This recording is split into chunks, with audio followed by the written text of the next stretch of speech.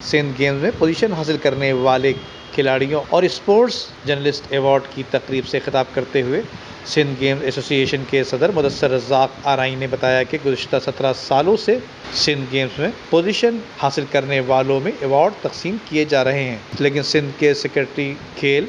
ہمارے کام میں رکاوٹ بنے ہوئے ہیں۔ جو پرائیویٹ آرگنائزیشن کام کر رہی ہے ان کو سپورٹ کریں، ساتھ لے کے چلیں۔ اگر فنڈ دے سکتے ہیں فنڈ دیں، نہیں دے سکتے تو آپ اپریشیٹ کریں۔ ہمارا کام ہے اسپورٹس کو پروموٹ کرنا، یہ نہیں کہ کوئی اسپورٹس ایسوسیشن کام کر رہی ہے تو آپ اس کو بولیں میں کینسل کرواؤں گا۔ گورنمنٹ کا کام ہے فنڈنگ کرنا، سپورٹ کرنا، ہیلدی ایکٹیویٹی پیش کرنا کھلاڑیوں کے لیے، اور وہی ہم کام کر رہے ہیں۔ یہ ایک پرائیویٹ آرگنائزیشن ہے اور پرائیویٹ آرگنائزیشن جو کام کر رہی ہے اس کو کام کرنے دیا جائے، اور ہم سمجھتے ہیں اس میں کھلاڑیوں کی فلاح بہبود ہے۔ جبکہ اس موقع پر ملک کے سینئر ایتھلیٹکس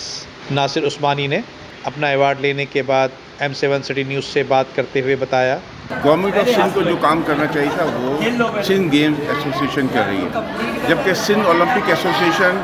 جو کہ سندھ اسپورٹ بورڈ اور گورنمنٹ آف سندھ کی بغل بچہ تنظیم بنی ہوئی ہے، جس کے کرتا دھرتا احمد علی راجپوت صاحب ہیں،